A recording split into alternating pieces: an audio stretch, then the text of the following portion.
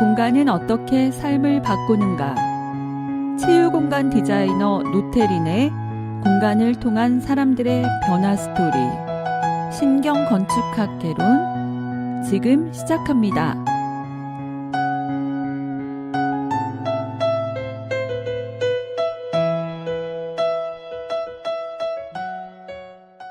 안녕하세요. 노태린입니다. 이제 좀 여유가 생겨서 이렇게 앞에다가 커피 한 잔 갖다 놓고 방송을 시작할 수 있는 그런 조금의 여유가 있는 그런 아침입니다. 그동안 신경건축학이란 제목을 많은 분들이 듣고선 이게 무슨 새로운 건축의 학문 분야인가? 이런 생각을 하시면서 제 방송을 들어보셨다고 하십니다. 그런데 이제 들어보니까 행복한 공간을 만들기 위한 재현, 이런 느낌이다라고 생각하시면서 저에게 이제 코멘트를 달아주신 분들이 계셨어요. 정말 잘 캐치하셨습니다. 실제 그렇거든요. 오늘 제가 그래서 이제 얘기할 내용은요. 병원이 환자를 위한 치유 공간이 되어야 하는 이유, 이런 이야기로 제 얘기를 한번 해보려고 합니다. 많은 분들이 노태린 이렇게 검색을 한번 해보셨나 봐요. 그러면은 이 사람이 뭐 하는 사람인가 이렇게 찾아보셨는데 대부분 포스팅이 어떻게 병원에 관련된 그런 프로젝트나 뭐 이런 쪽으로 많이 이제 소개가 되다 보니까 병원 디자인 일하는 사람이구나 이렇게 알게 되시죠? 맞습니다. 저는 참 우연한 기회에 병원 공간을 디자인을 하게 되었습니다. 그래서 오늘 제가 이 자리에 앉아서 신경건축학 이런 이야기까지를 하게 된 이 인연, 그러다 보니 청취자분들까지 이렇게 만나게 된 제 얘기를 한번 이야기를 하지 않을 수가 없네요. 그래서 오늘 주제에 대한 이야기와 함께 제 얘기를 풀어가 보려고 합니다. 그동안 제가 병원 공간에 어떻게 발을 들이게 됐는지, 무슨 일을 해왔는지, 그리고 어떤 철학을 가지고 일을 하고 있는지, 그래서 오늘 주제처럼 병원이 치유 공간이 되어야 한다라는 그런 이야기들을 말씀을 드려보려고 하는데요. 어때요? 어디까지나 여긴 제 방이니까 제 맘대로 좀 이야기해도 괜찮으시겠죠? 자, 사실 이제 제가 하고 있는 일들이 사람들을 많이 통솔을 하면서 또 작업을 지시해야 되고, 어떻게 보면 이제 좀 힘센 남자분들, 이런 분들도 이제 제가 이렇게 같이 얘기를 좀 나누면서, 또한 또 반면에 고객들이 굉장히 원하는 니즈들이 더 많이 있으시잖아요. 이제 이런 것들을 그런 분들을 통해서 만들어내다 보니까 상당히 이제 고분분투 해야 되는 부분이 많습니다. 어떻게 보면 좀 하루 아침에 이제 자고 일어나면은요, 그 고객들의 마음은 휙휙 변하시거든요. 그런데 그런 마음들을 저희가 이제 끝까지 잘 이끌어 가면서 프로젝트를 완성하려고 매 순간 좀 긴장을 하고 살다 보니까 항상 이제 목이 좀 뻣뻣하고 정신적으로 힘든 게 이제 제 삶이에요. 그러다 보니 이제 병원들의 그런 많은 공간들을, 병원뿐만 아니라 저의 프로젝트 공간들을 만들기 위해서 뛰어다니는데 굉장히 이제 스트레스 많이 받잖아요. 그런데 막상 또 이제 이렇게 다 해놓고 났을 때 그런 공간의 완성에서 그분들이 사시면서 행복함을 느끼는 게, 그때는 또 제가 이제 설명할 수 없는 그 저 나름대로의 힐링이 되고, 그러다 보니 이것들이 좀 아이러니, 이 일을 좀 뗄래야 뗄 수 없는 그런 불가분이 저의 그런 일상과 삶입니다. 제 얘기를 좀 하자 하니까 초창기 얘기를 안 할 수가 없네요. 저의 그 맨 처음 얘기는요, 먼저 집을 고치는 일부터 시작을 했었습니다. 병원에 이제 발을 딱 들인 그 순간이 우연하게도 제 아이가 다니던 학교, 그런 건물을 증축하고 있는 곳에 리모델링을 하고 있었는데, 바로 학교 옆 병원이 된, 미술관 옆 동물원처럼 바로 그 학교 옆 병원이 있었기 때문입니다.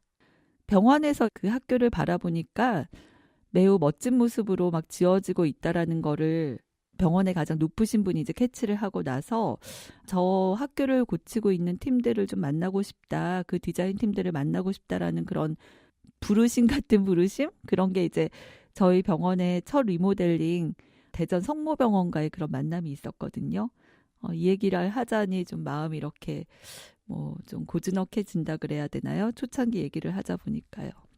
자, 그런데 이제 그 병원이란 곳의 리모델링이 그동안에 전에 제가 해왔던 공간하고는 매우 다르더라고요.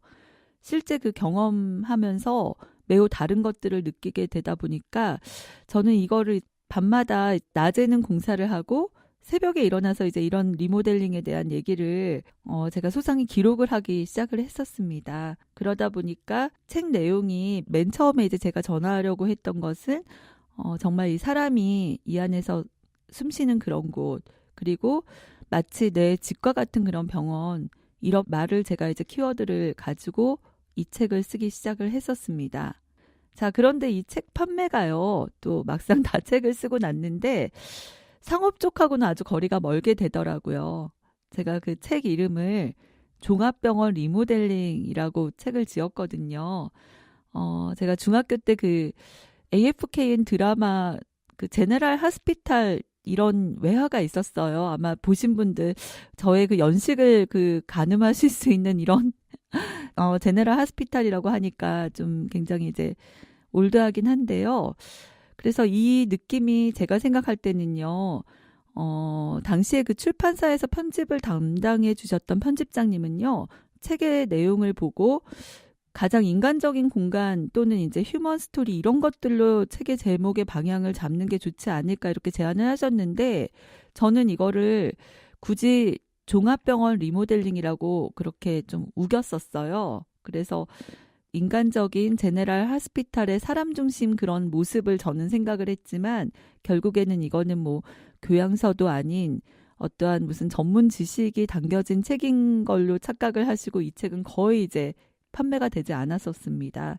그래서 결국엔 이제 그 책을 출판사에서 저희 책의 내용을 정말 전적으로 처음에 많이 판매할 수 있게끔 아니면은 이제 제가 글을 쓸 수 있게끔 그런 시간적인 배려랑 이런 것들을 많이 해주셨는데 책이 너무 판매가 되지 않아서 너무 미안해서 제가 이제 거의 절반 정도를 다 사고 말았어요. 그래서 이거를 다른 병원들에다 다 DM 발송을 했던 어떻게 보면 이제 굉장히 무지 아픈 사연이긴 한데 이걸로 인해서 제가 이제 병원에서 많은 분들이 이 책을 보시고 리모델링을 시작을 했었습니다. 이 얘기를 좀 과거지사로 많이 돌려서 하다 보니까 조금 이제 그렇긴 한데요. 사실 이제 그러던 어느 날 저에게 굉장히 좀 또 한 번의 전환점, 바로 이 일을 하면서 제가 소신 있는 디자이너의 그런 마인드를 가지게 되게끔 하던 계기가 바로 이 사건이었습니다. 야간을 뭐 늘 날마다 했습니다. 왜냐하면 공사 여건이 병원이라는 그런 공간 자체가 늘 환자들이 있고 그리고 사람들이 계속 이제 진료를 받는 시간이 굉장히 한정적으로 정해지다 보니까 일을 할 수 있는 시간은 늦은 밤 또는 이제 아무도 진찰을 받거나 활동이 없는 그런 시간만 저희가 일을 할 수가 있었거든요. 그러다 보니 이제 늘 밤에 작업을 하고 피곤에 찌들려서 이제 이렇게 좀 힘들어하고 있었던 그런 시기였는데 우연히도 이제 그 장소에서 다큐멘터리 촬영이 있었어요. 그래서 그 다큐멘터리가 이제 많은 분들이 보시고 굉장히 공감의 눈물을 많이 흘리셨던 바로 그 안녕 아빠라는 제목의 다큐멘터리였었는데 바로 이 다큐멘터리가 저에게는 굉장히 그 당시에 살짝 일에 만연되어서 있었던 그런 조금 이제 소극적인 자세로 일을 하고 있었던 시기에서 상당히 저를 바꿔놓을 수 있는 그런 계기가 되었었습니다. 그 내용을 그래서 제가 좀 살짝 보게 되었어요. 사람들이 워낙 많이 말씀을 하셔서요. 제가 이제 남몰래 다큐멘터리를 틀어보니까요. 그분이 이제 암 환자셨는데 결국에는 그분의 그런 말기를 계속 이제 가족들과 거기서 케어를 하면서 머무는 그런 시간들에 대한 이야기였습니다. 그런데 거기서 되게 눈에 띄었던 게 저희가 이제 힘들게 고분분투하게 만들었던 그런 공간들, 뭐 성당, 그다음에 뭐 병실 이런 곳에서 그분들이 이야기를 하시면서 담소를 하는 그런 모습, 그리고 거기서 이제 치료를 받으시는 그런 모습들이 바로 눈에 띄었던 것입니다. 제 동공이 그때 이제 완전히 확 커졌어요.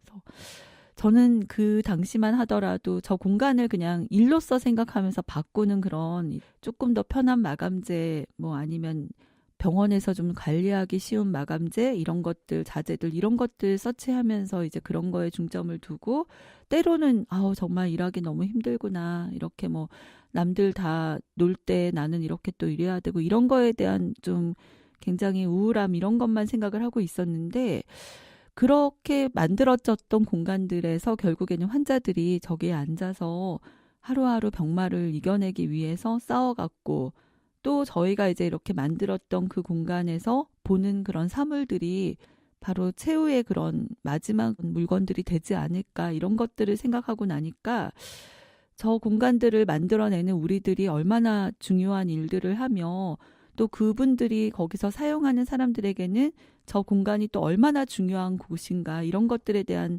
생각에 머릿속에 정말 대박 지진을 맞고 말았던 것입니다. 자, 여기서 이제 환자 중심, 페이션트 센터드라는 그런 말을 제가 마음속으로 이제 시작이 되었는데요. 그 말은 결국에는 병원 공간들이 꼭 이제 사람 중심이 되어야 된다라는 바로 이제 큰 울림이 되었던 바로 그날로부터 정말 저는 이제 앞으로 이렇게 환자 중심 이런 곳들의 공간들을 사람들의 마음을 헤아리고 배려하는 마음으로 만들어야 되겠다고 그렇게 중심을 갖게 되었던 것입니다. 이제 본격적인 리모델링의 얘기를 좀 하자면요. 아까 좀 전에 얘기했던 이런 내용과 굉장히 좀 맥락을 비슷하게 맞출 수 있는 호스피스라는 병동 얘기를 꼭 빠지지 않고 해야 될 것 같습니다. 호스피스라는 얘기는요.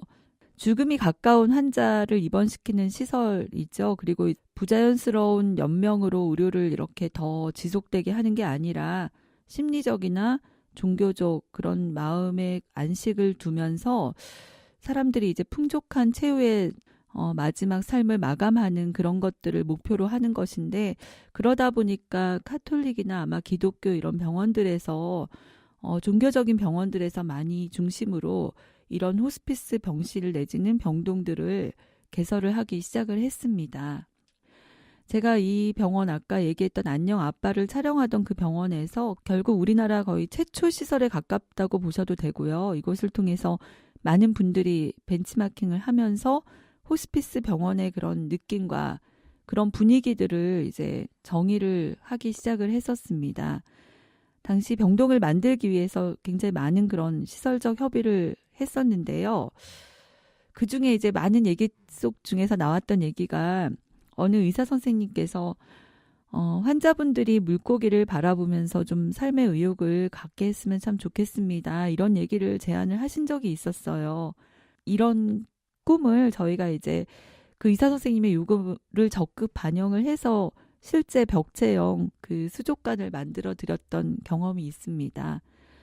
자, 어떻습니까?